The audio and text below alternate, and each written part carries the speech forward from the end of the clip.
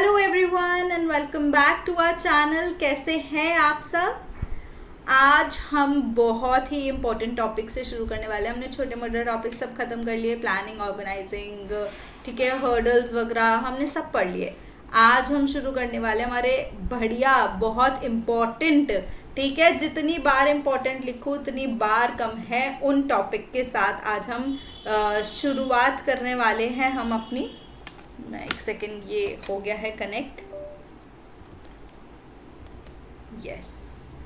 सो सबसे पहले शुरुआत करने से पहले मैं आपको बताऊं कि यूजीसी क्या है, केब क्या है, ठीक है, और हमारा एआईसीटी क्या है, नेशनल बोर्ड ऑफ एनबीए क्या है हमारा, ठीक है, और नैक क्या है, और ये जो भी सब है ये क्या है, कैसे हो रहा है। तो मैं आपको हमारे जो उच्च शिक्षा है, यानी कि जो हमारी हायर एजुकेशन है, उसका एक फ्रेमवर्क बता रही हूँ, ठीक है, कि कैसे रेगुलेट होती है।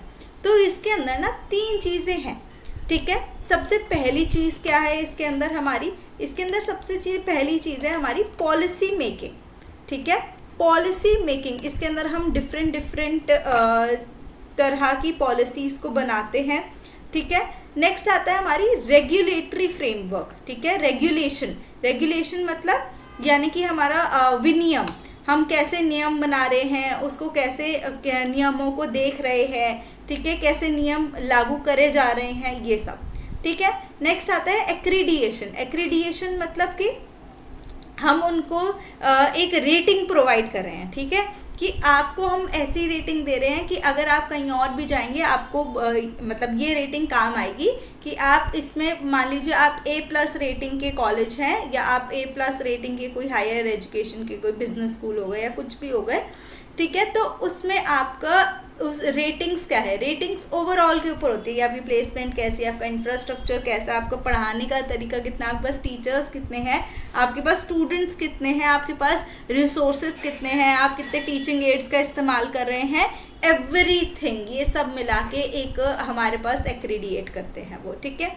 तो 3 है, पॉलिसी मेकिंग, रेगुलेशन और एक्रीडिएशन। सो जो पॉलिसी बनाते हैं वो तो हमारा अपना मिनिस्ट्री ऑफ हमारा HRD, अब वो मिनिस्ट्री ऑफ एजुकेशन हो गया है, ठीक है। Now HRD is human resource development, अब वो चेंज होकर मिनिस्ट्री ऑफ एजुकेशन हो चुका है। हमारा इंडियन यूनिवर्सिटीज़ के साथ association, central board, advisory board of education हमारा पॉलिसी मेकिंग के लिए, और state council of higher education है। ये सब हमारे किस लिए है, जो हमारी पॉलिसीज़ बनाते हैं कि एजुकेशन में क्या होगा, हमारी उच्च शिक्षा में क्या होगा, ठीक है। कौन कौन से कॉलेज हमारे मतलब वो होते हैं ना कि लिस्ट बनाते कि कौन कौन सी चीज़ पढ़ाई जाएगी, ठीक है, 3 ईयर का होगा, 4 ईयर का कौन सा कोर्स होगा, तो उस सब के बारे में पॉलिसी बनाते हैं।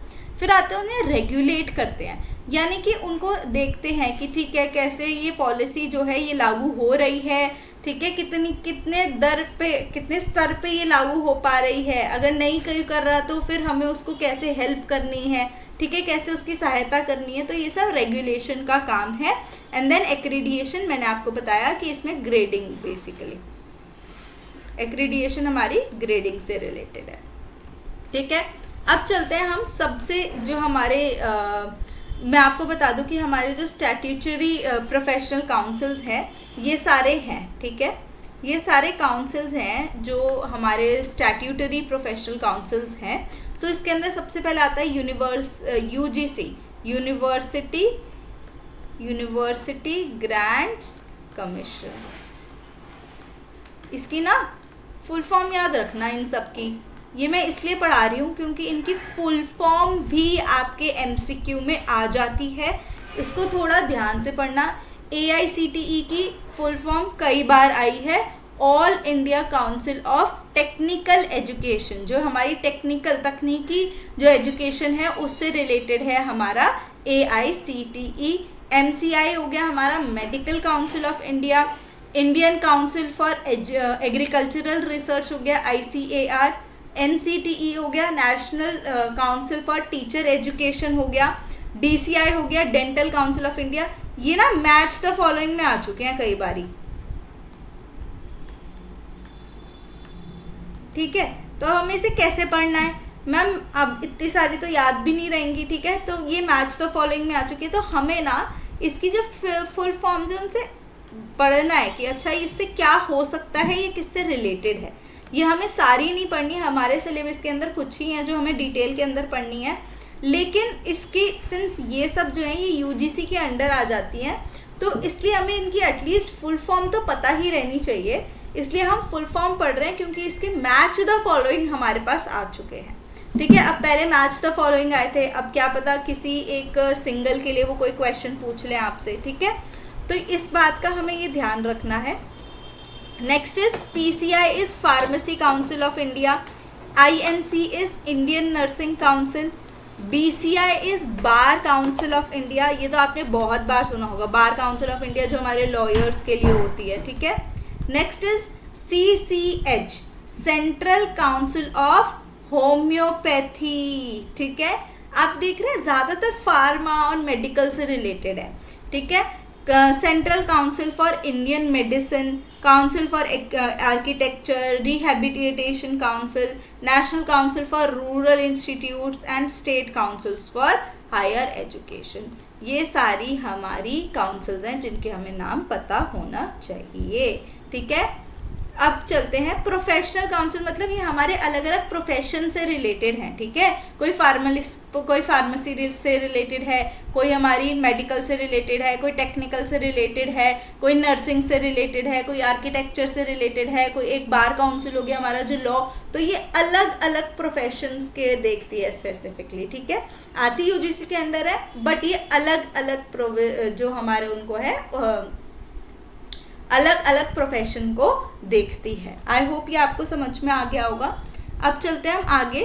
सबसे पहले सेंट्रल गवर्नमेंट, ठीक है जी। सेंट्रल गवर्नमेंट का क्या रोल है पॉलिसी एजुकेशन में? भाई नेशनल पॉलिसी तो सेंट्रल गवर्नमेंट ही पर आती है, ठीक है। और ये जो यूजीसी है, यूजीसी का मैंने बोला यूजीसी ग्रांट्स कमीशन, तो उसका काम क्या हो गया? ग्रांट देना, है ना। ग्रांट मतलब हमारा अनुदान देना, ठीक है। अनुदान देती है ताकि वो जो यूनिवर्सिटीज़ हैं या कोई इंस्टीट्यूशन है वो चल पाए। तो उनको इस्टेब्लिश कौन कर रहा है? ठीक है, सेंट्रल गवर्नमेंट कर रही है। उनको पॉलिसी कौन बना रहा है उनकी, कि किस पॉलिसी पे चलेंगे वो भी कौन बना रहा है? सेंट्रल गवर्नमेंट, ठीक है। पॉलिसी से मतलब हो गया हमारा जो राष्ट्रीय नीति हो गई, ठीक है, कि कैसे किस नीति से चलने वाले हैं, ये सब कौन देखने वाली है? हमारी केंद्र सरकार देखने वाली है, ठीक है। अब आता है हमारे यहाँ पे कि ये रिस्पॉन्सिबल है कि एजुकेशनल इंस्टीट्यूशन कि कोई भी इंस्टीट्यूशन, ये एजुकेशनल इंस्टीट्यूशन होगा या नहीं होगा।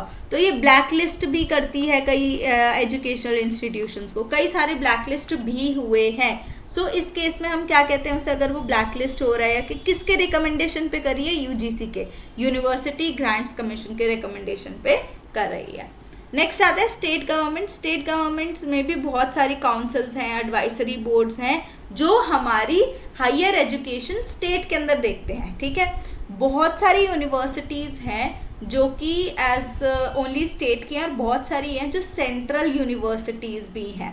अगर आप बोलेंगे तो मैं उनकी एक लिस्ट आपको ला दूंगी कि कौन कौन सी यूनिवर्सिटीज़ हमारी सेंट्रल के केंद्र सरकार के अंडर आती हैं और कौन कौन सी यूनिवर्सिटीज़ हैं जो हमारे डिफरेंट राज्य सरकार के अंडर आती हैं, ठीक है। अब हम ये देख रहे हैं कि भाई जो हमारी स्टेट काउंसिल्स हैं ये क्या करते हैं, जो हमारी रोल है गवर्नमेंट यूनिवर्सिटीज़ का उसको कोऑर्डिनेट करती है, उसको देखती है, ठीक है। सो जो उच्च शिक्षा के लिए राज्य परिषद सरकारी विश्वविद्यालयों की भूमिकाओं का समन्वय करती है और राज्य के भीतर उच्च शिक्षा में सर्वोच्च नियामक एजेंसियां हैं। मतलब कि ये एपेक्स रेगुलेटरी एजेंसीज है हायर एजुकेशन के अंदर, सर्वोच्च है, सबसे ऊपर, ठीक है।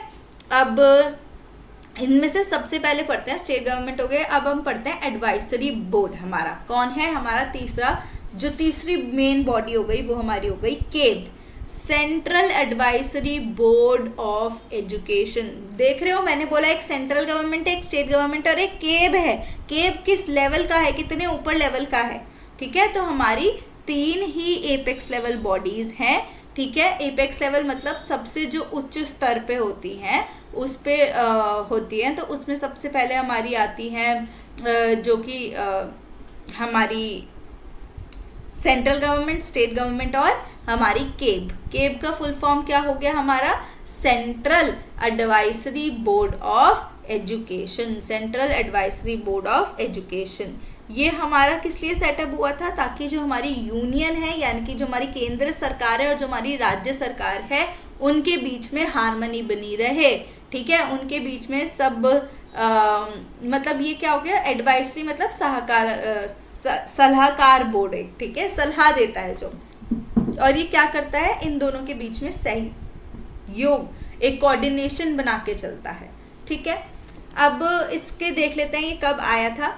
ये केब जो है ये हमारा सबसे पुराना जो सहकारी बोर्ड है वो है गवर्नमेंट ऑफ इंडिया का। ये सबसे पहले 1920 में आया था, फिर 1923 में इसे डिसॉल्व कर दिया था। ठीक है, 1920 में आया था। ठीक है, और फिर 1923 में इसे डिसॉल्व कर दिया था। तो हम इसे देखो, अब आप सब इसके कैसे नोट्स बनाने वाले हैं? आप ऐसे नहीं निकले वाले, आया था फिर डिसॉल्व हो गया। अब आप इसका इस्तेमाल करेंगे दो चीज़ों से। ठीक है, अब आप केब में लिखोगे 1920, ठीक है, फर्स्ट इस्टेब्लिश, बस इतना ही लिखोगे ताकि आपको याद रहे। फिर आप अगर वो हट गया, डिसकंटिन्यू हो गया, तो लाल पेन से लिखोगे 1923 में डिसकंटिन्यू हो गया। ठीक है, अब भाई दोबारा से कब रिवाइव हुआ? 1935 में। ठीक है, 1935 में दोबारा से वो रिवाइव हुआ एंड देन अगेन कंटिन्यू कब तक किया उसने? 1994 तक। ठीक है, 1994 तक उसने कंटिन्यू किया, यानी कि 1995 से डिसकंटिन्यू हो गया वो। 1994 तक कंटिन्यू किया और देन उसके बाद उसने दोबारा आया 2004 में, जुलाई 4, रिकॉन्स्टिट्यूटेड बाय गवर्नमेंट इन जुलाई 2004। तो सबसे पुराना जो एजुकेशन के मामले में हमारे पास बोर्ड है वो कौन सा है? वो केब है, central advisory board of education, cab. ठीक है, इसके अंदर क्या होता है मैंने आपको बता दिया कैसे आपको इसका स्ट्रक्चर बताना है। मैं एक सेकंड हट जाती हूँ ताकि आपको इसका स्ट्रक्चर थोड़ा क्लियर हो जाए कि कैसे बनाना है। 1920 में आया, फिर 1923 में चला गया, डिसकंटिन्यू हो गया, 1935 से 1944 तक रहा एंड देन दोबारा से 1994 के बाद डिसकंटिन्यू होने के बाद ये जुलाई 2004 के अंदर दोबारा से गवर्नमेंट ऑफ इंडिया ने इसे रिकॉन्स्टिट्यूट किया, मतलब दोबारा से आए। ठीक है, ये क्या होता है कि कौन इसको चेयर करता है? इसको union human resource development minister करते हैं एंड उनका टेन्योर कितने होता है? 3 साल के लिए। जैसे हमारी सरकार में टेन्योर कितना होता है? हर 5 साल बाद इलेक्शन होते हैं ना, वैसे ही इसमें कितने का टेन्योर है? 3 साल का। ठीक है, इसके अंदर हम देखते हैं कि अब इसके अंदर होता कौन कौन है। ठीक है, इसके अंदर क्या क्या मेंबर्स होंगे? तो सबसे पहले तो भाई मिनिस्टर ऑफ एजुकेशन होगा जो हमारा चेयरमैन होगा इस बोर्ड का। ठीक है, कौन होगा इसका चेयरमैन? हमारा मिनिस्टर ऑफ एजुकेशन, जो हमारा जो केंद्र सरकार बनाती है ना, अलग अलग मिनिस्टर बनाती है, तो जो एजुकेशन से रिलेटेड होगा वो इसका चेयरमैन होगा। ठीक है, the secretary of the department of education who serve as the vice president. ठीक है, और जो सेक्रेटरी है डिपार्टमेंट ऑफ एजुकेशन का, ठीक है, वो कौन होगा? इसका वाइस प्रेसिडेंट होगा। फिर वो बोल रहा है कि नॉट मोर देन 12, मतलब 12 से ज़्यादा नहीं, मैक्सिमम 12 ऐसे लोग जो किसने नॉमिनेट किए हैं? प्रेसिडेंट ऑफ इंडिया ने नॉमिनेट किए हैं। ठीक है, ये मेंबर्स कौन से होते हैं? ये भाई अलग अलग डिफरेंट इंडिविजुअल्स होते हैं, डिफरेंट ग्रुप से, ताकि वो अपने समुदाय को वहाँ पर आकर रिप्रेजेंट कर सके, इसलिए होता है। ठीक है, these members are chosen from among individuals who are recognized as experts in the fields of education and who have made significant contribution to education in India। ये ऑलरेडी उन्होंने बहुत सिग्निफिकेंट कोई हमारा एजुकेशन इन इंडिया के ऊपर काम किया है। ठीक है, हमारे डायरेक्टर ऑफ एजुकेशन आ गए। ठीक है, तो सबसे पहले हमारे यहाँ के चेयरमैन कौन हो गए? जो हमारे मिनिस्टर ऑफ एजुकेशन हो गए। फिर हमारे वाइस चेयरमैन कौन हो गए? जो हमारे सेक्रेटरी हो गए डिपार्टमेंट ऑफ एजुकेशन के। ठीक है, फिर अब आता है हमारा कि जो हमारे department of the director of education of the government of India होना ही चाहिए। अगर वो वाइस प्रेसिडेंट, अगर मान लीजिए वो किसी और उस पर नहीं है तो वो डायरेक्टर भी इसमें आएगा। ठीक है, director of public instruction DPI और इक्विवेलेंट ऑफिसर भी आएगा उसके अंदर, चाहे वो यूटी ही क्यों ना हो। This rule is not only applicable to the India except for union territories but all the union territories as well.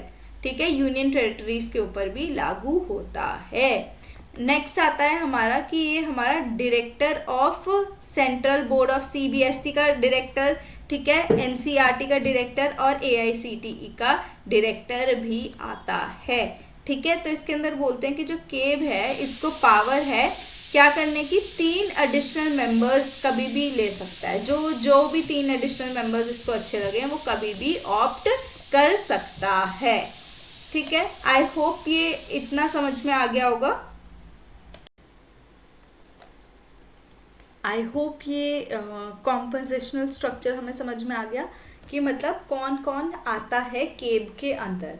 ठीक है, अब आते हैं हमारे केब के फंक्शंस क्या है। ठीक है, केब की वो भूलना मत, ठीक है, कि क्या है यहाँ पे।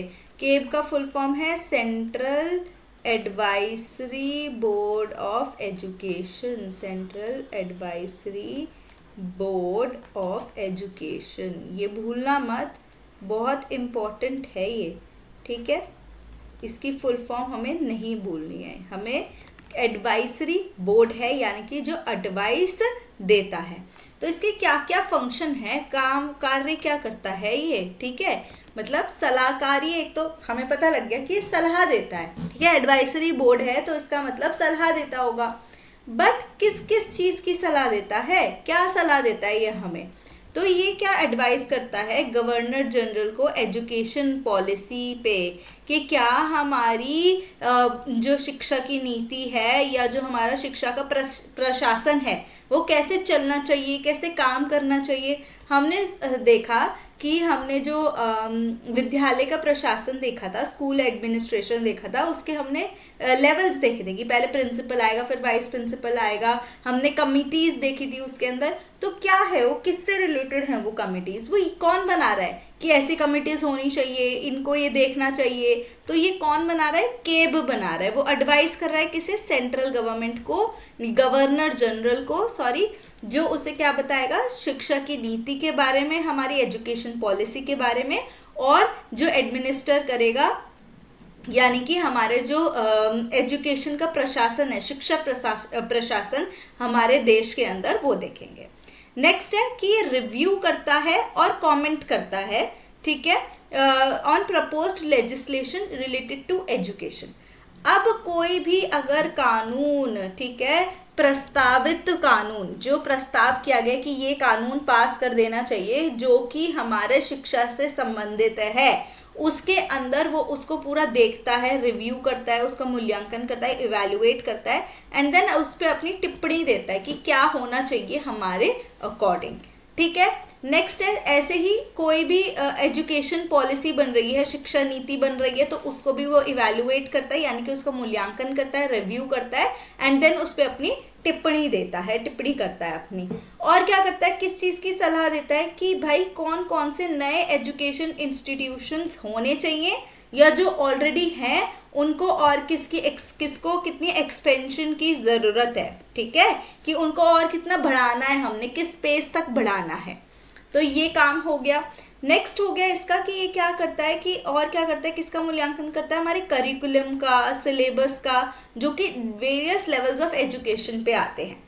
ठीक है, अब मान लीजिए बीकॉम का करिकुलम है, ये सेट है ना कि 3 साल के अंदर ये करिकुलम खत्म होगा, ये सेट सब्जेक्ट्स हैं, ये सब्जेक्ट की नॉलेज होनी चाहिए बीकॉम के बाद। ठीक है, तो ये कौन करिकुलम देख रहा है, कौन एडवाइस कर रहा है इस करिकुलम के बेस्ड, ठीक है, वो है हमारे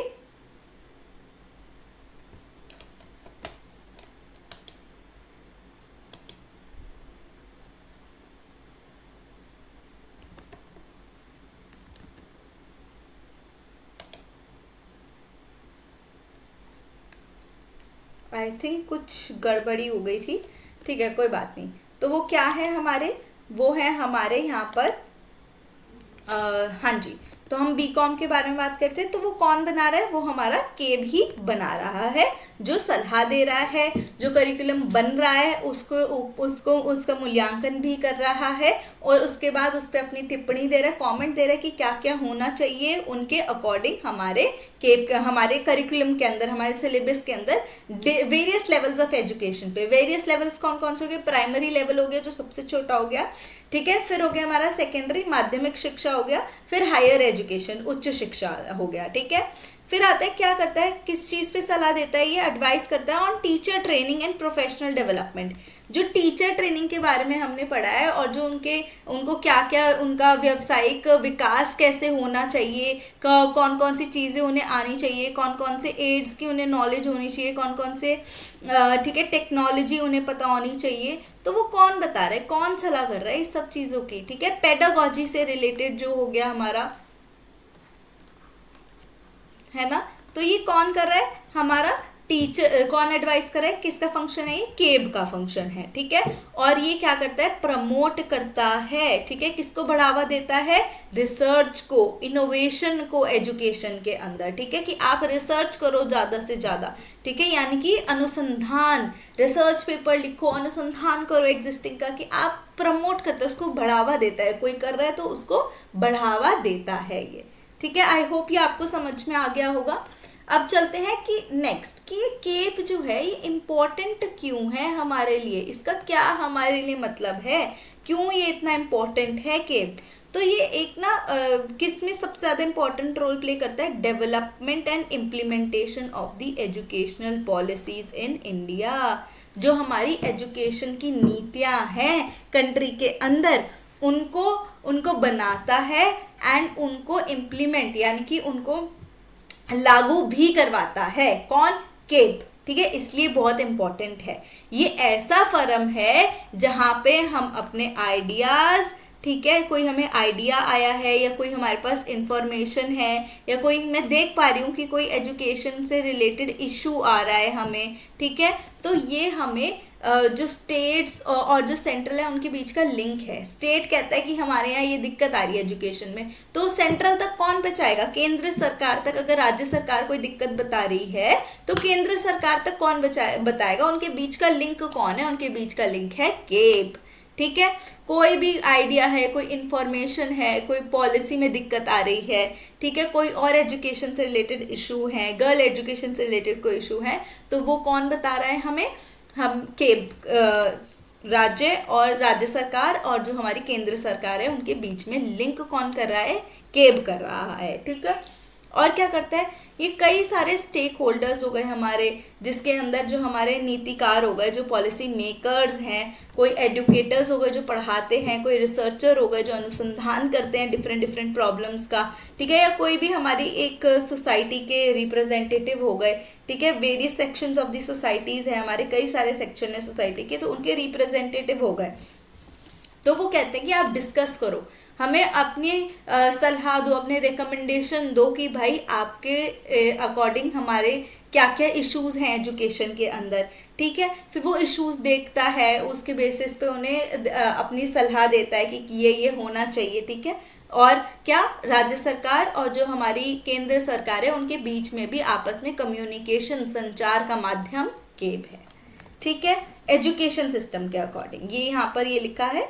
हिंदी में भी आपके लिए मैं लेकर आती हूँ, ऑल्दो मैं हिंदी में पढ़ाती हूँ, बट यहाँ पे जैसे इंग्लिश में लिखा है, ताकि अगर आपको कुछ नहीं समझ में आ रहा है नोट्स पढ़ते हुए, तो आपको ये भी समझ में आ जाएगा कि केब हमारा महत्वपूर्ण क्यों है, कि क्या महत्व है केब का।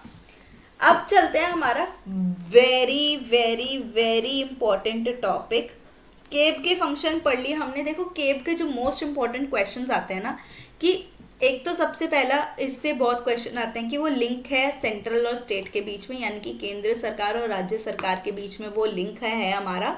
और जो दूसरा आता है सबसे बड़ा सवाल इससे, कि इसके फंक्शन क्या हैं केब के, ठीक है।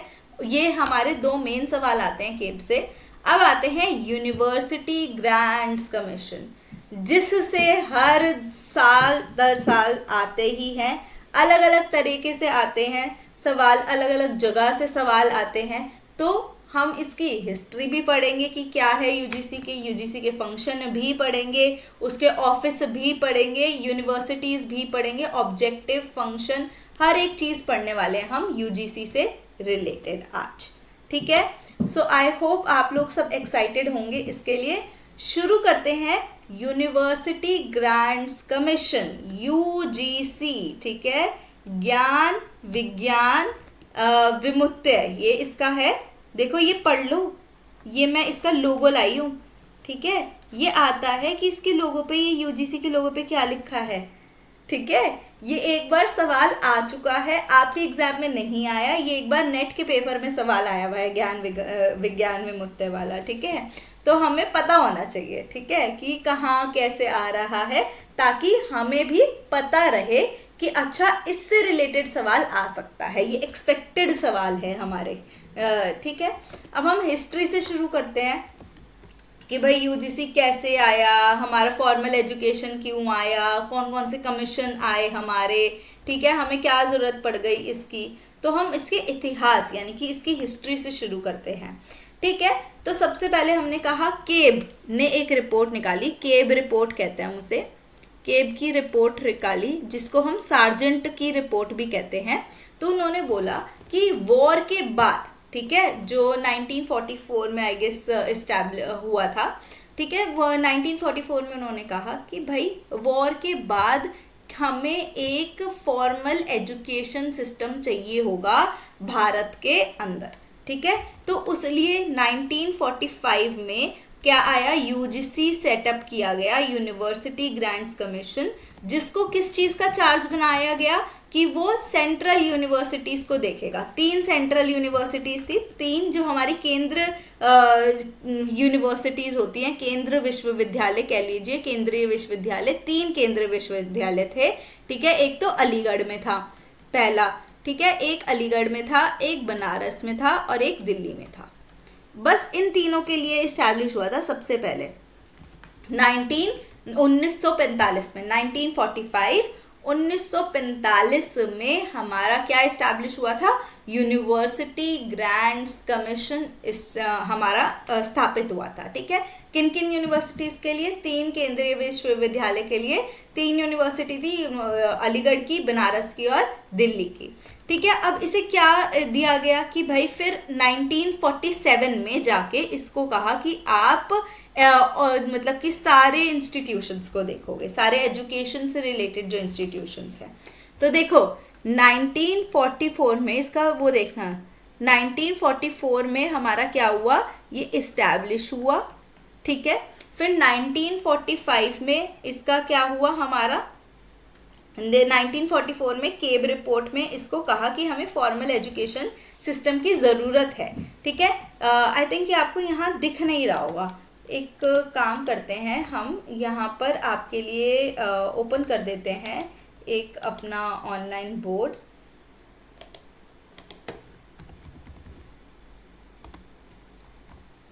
ताकि मैं आपको यहाँ पर बोर्ड पे साथ साथ लिख के आपकी नोट्स भी साथ के साथ बनवाती जाऊँ मैं। ठीक है, तो हम साथ के साथ आपके नोट्स भी बनवा देते हैं। ठीक है, तो 1944 में ये हिस्ट्री, ऊपर हेडिंग डाल लीजिएगा, ये किसका इतिहास है, हिस्ट्री ऑफ यूजीसी।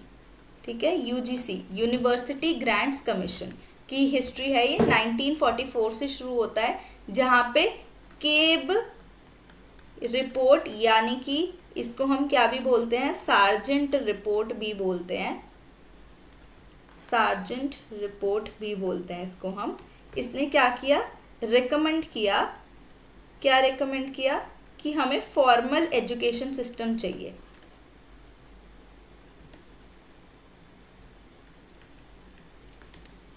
सिस्टम चाहिए।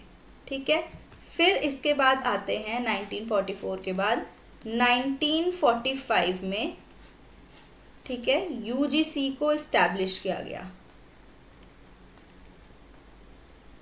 ठीक है, सिर्फ कितने के लिए, 3 सेंट्रल यूनिवर्सिटीज़ को देखने के लिए, 3 जो हमारे केंद्र विश्वविद्यालय हैं उनको देखने के लिए।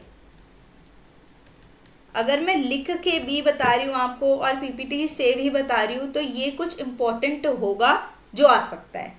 ठीक है, तो इस बात पे गौर करिएगा, ध्यान से सुनिएगा, ध्यान से इसे फॉलो करिएगा कि मैं क्या पढ़ा रही हूँ। ठीक है, सो ये 3 इसमें इस्टेब्लिश हुए थे 3 सेंट्रल यूनिवर्सिटीज। कौन कौन से, देखिए अगर आप इस तरीके से बनाएंगे ना तो आपको हमेशा याद भी रहेगा, और छोटे में बने आपके नोट्स। ठीक है, इतने कोई हमें हैवी नोट्स नहीं बनाने कि जो पीपीटी पे लिखा है सब कुछ ही उतार दो अपनी नोटबुक में, नहीं। तो आपको नोट्स कैसे बनाने हैं अपने, इस तरह से बनाने हैं ताकि आप भी इसे जब रिवाइज करें इजीली याद आता जाए और आप इसे फॉलो कर पाए। ठीक है, कि चल क्या रहा है, अलीगढ़, बनारस और दिल्ली। ठीक है, ये 3 है हमारे, अगर आपको नहीं दिख रहा तो मैं थोड़ा साइड हो जाती हूँ। तो ये 3 हमारी यूनिवर्सिटीज़ हैं। ठीक है, यहाँ तक सबको क्लियर हो गया 1945 तक। ठीक है जी, अब 1947 में दिख रहा है 1947, हाँ जी आपको दिख रहा है। 1947 में क्या हुआ, इसको कंट्रोल दे दिया, लुक ओवर दे दिया इसको कि वो सबका देखे। देखो यहाँ लिखा है ना कि उसको ओवरसी दे दिया, अथॉरिटी दे दी कि आप सारे एराज इंस्टीट्यूशंस को देखो। ठीक है, तो यहाँ पे उसको अथॉरिटी दे दी हमने, फॉर ऑल एराज इंस्टीट्यूशंस। ठीक है, सारे एजुकेशनल इंस्टीट्यूशन की बात हो रही है, मैं बार बार बोल रही हूँ, हर किस्म के इंस्टीट्यूशन की बात नहीं हो रही है यहाँ पे। ठीक है, फिर 1947 के बाद हुआ यहाँ पर कि अब यूनिवर्सिटी एजुकेशन कमीशन इस्टेब्लिश हुआ। ठीक है, उन्होंने, और इसका चेयरमैन कौन था, डॉक्टर सर्वपल्ली राधाकृष्णन। ठीक है, अब याद रखिएगा 1948 में क्या हुआ हमारा, 1948 में यूनिवर्सिटी इलेक्शन कमीशन, ठीक है यहाँ पे देखो एजुकेशन कमीशन यूईसी, यूनिवर्सिटी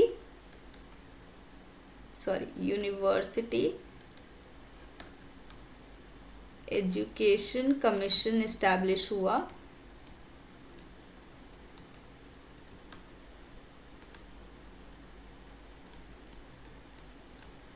ठीक है, और इसमें क्या हुआ, उन्होंने क्या बोला, किसने, इसका चेयरमैन कौन था, ये इम्पोर्टेंट है। ठीक है, मैं इसको अगर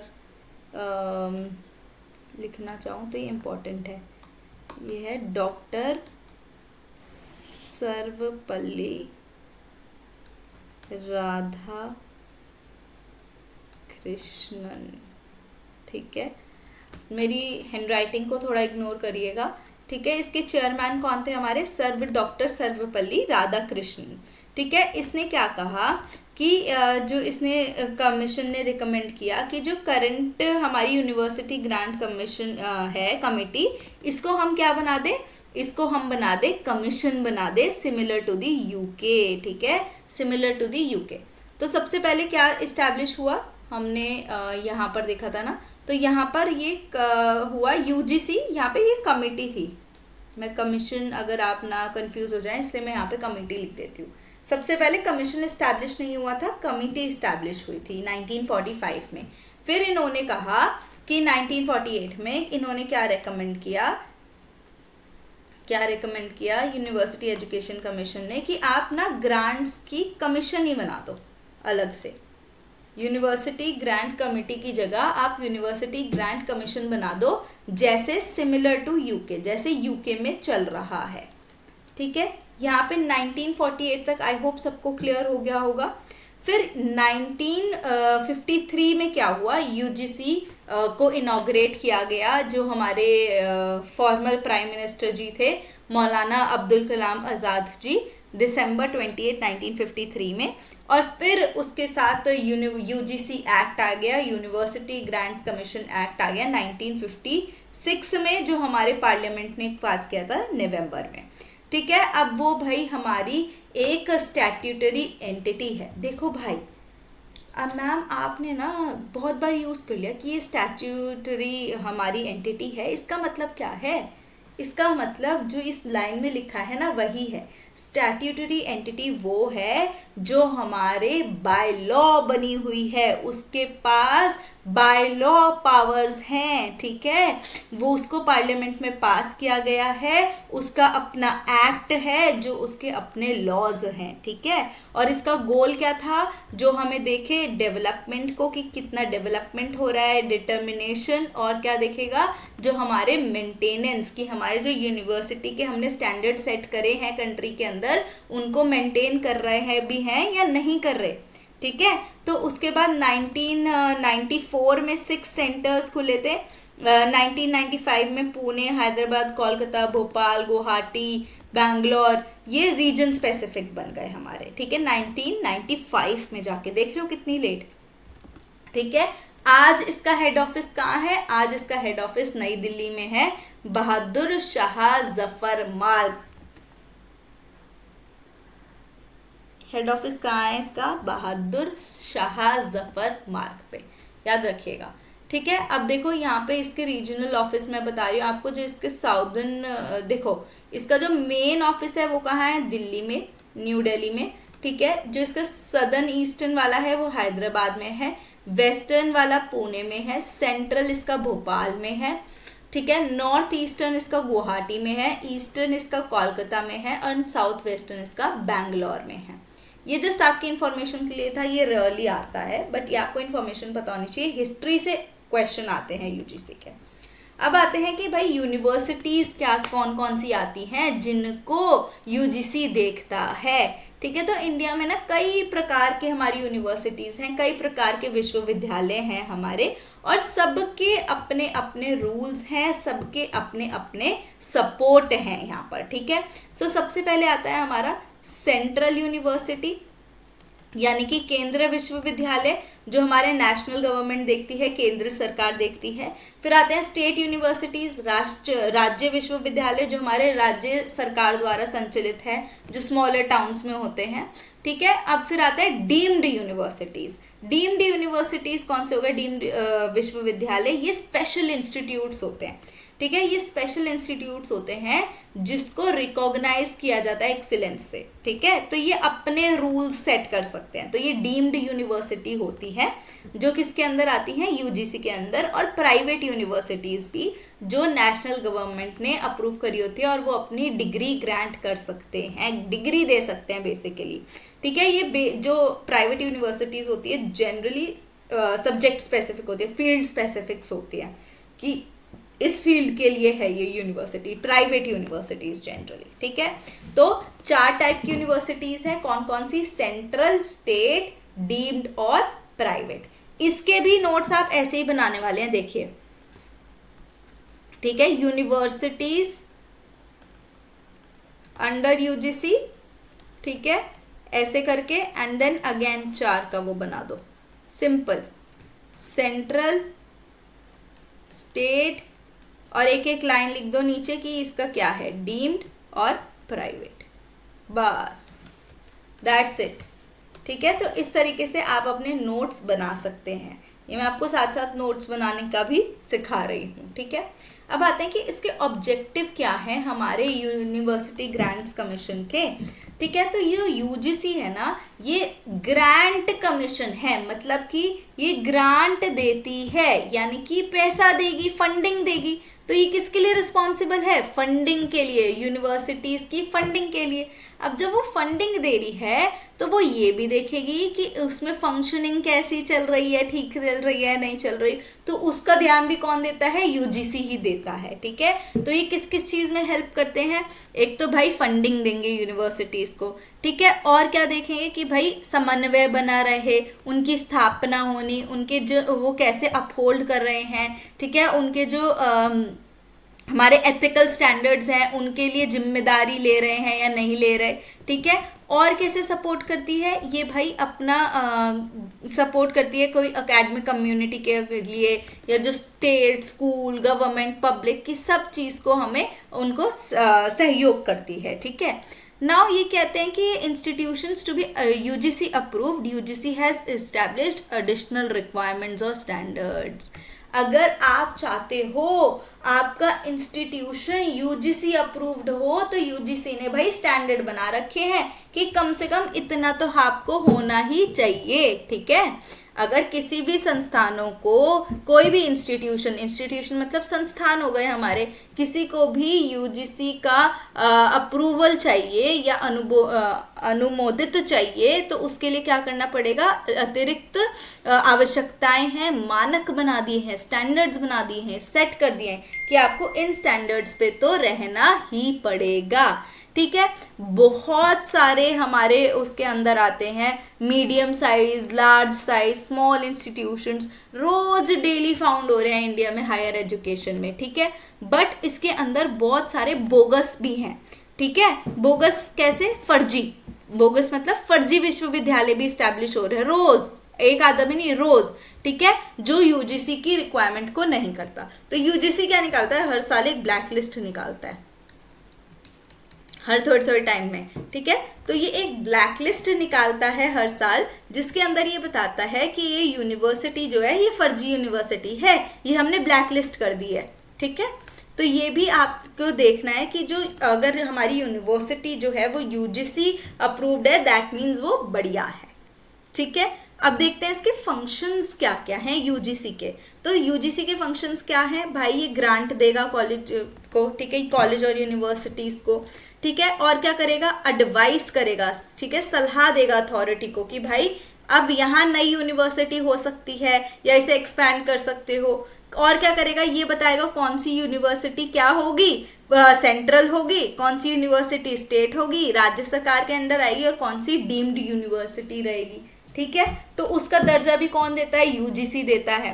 ठीक है, इंटरनेशनल और जो इंडियन यूनिवर्सिटी की एजुकेशन है उसको देखता है, उसका डेटा रखता है अपने पास। ठीक है, और ये क्या करता है, किसी भी ये हमने पढ़ लिया है ना, और क्या करता है, स्कॉलरशिप देता है। ठीक है, स्कॉलरशिप देगा यूजीसी, कई सारी स्कॉलरशिप्स हैं यूजीसी के अंडर। ठीक है, जो ये देते हैं, जो बहुत सारे वेरियस फील्ड्स के अंदर हेल्प करते हैं स्टूडेंट्स को। इवन ये स्कॉलरशिप्स पूरी के पूरी कॉलेजेस को देते हैं, जो कॉलेजेस आगे देते हैं ताकि वो ज़्यादा से ज़्यादा बच्चों को हायर एजुकेशन दे पाए, उच्च शिक्षा दे पाए।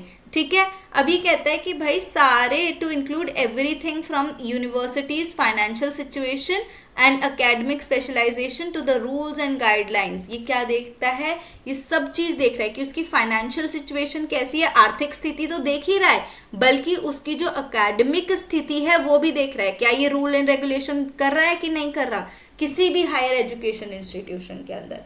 ठीक है, और ये क्या है, अगर आपको पता हो तो ये हमारा नेट, ठीक है, जो हमारा नेट, नेशनल एलिजिबिलिटी टेस्ट, अगर किसी को पता हो तो नया नोटिफिकेशन आया है इस बार।